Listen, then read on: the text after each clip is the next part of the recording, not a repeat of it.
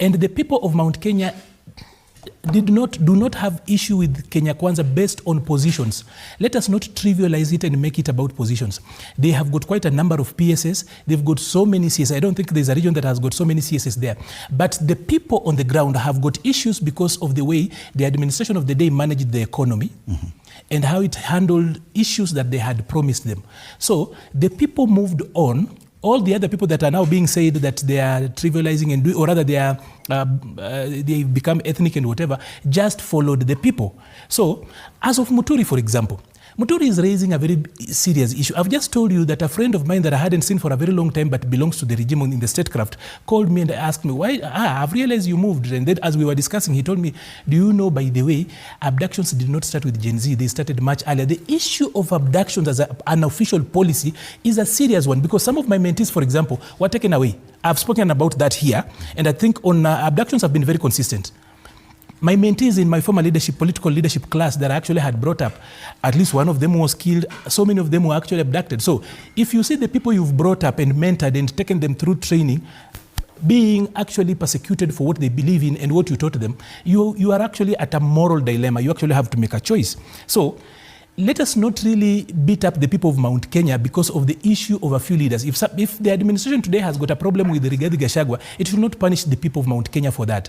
The people of Mount Kenya have got legit and serious issues and questions they're asking. Like, for example, here, we can actually act like we don't know. The Hustler Fund that the administration promised is not the Hustler Fund that we gave young people, that we gave to the people out there.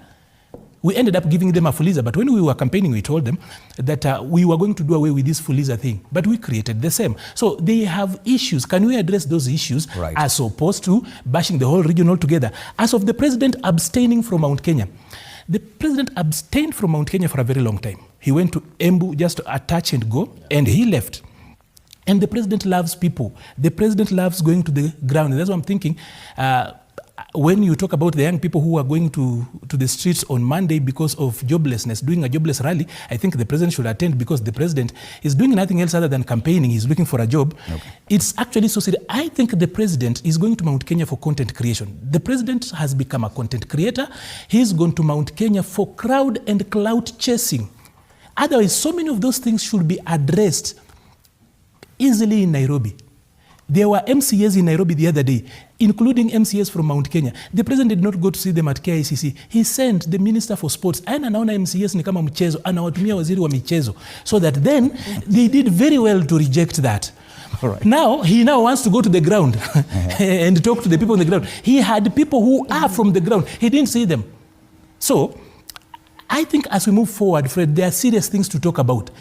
Something has happened this year that is very, very serious. When the new American administration came into place, the Trump effect took, or rather has actually been working around. Yes. I know you want us to move on, but let's stay here. Allow me just allow me to execute this point. Fred. USAID, the closure of USAID, for example, locally, it did away with 40,000 direct jobs, 40,000, and about 400 others that are dependent on NGOs. We're talking about over 89 billion shillings being chucked out of our economy. No one in parliament has spoken about that. You have got 40,000 middle class. Yes. Watu wanajua kizungu.